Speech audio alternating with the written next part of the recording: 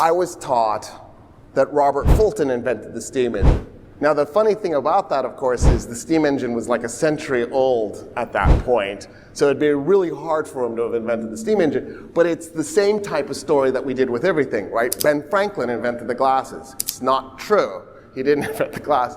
That Henry Ford invented the car. Again, not true. Even the stuff that you think is true is probably wrong. It looks like an Australian family did flight before the Wright brothers, and an English guy definitely did the light bulb before Edison.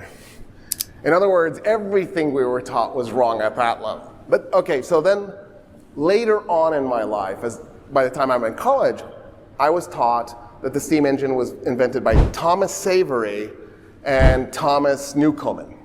Savery did the first one, and then Newcomen did the next one. And so, you needed to mention both of them. Cool, that's interesting, but it's not true.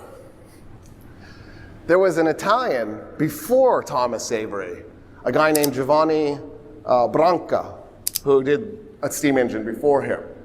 In fact, there was a guy before him, a Spaniard. His name was Jeronimo de Ayans y Beaumont. And he invented the steam engine like 200 years before Robert Fulton stuck one in a boat. 100 years before Thomas Savery and Thomas Newcomen.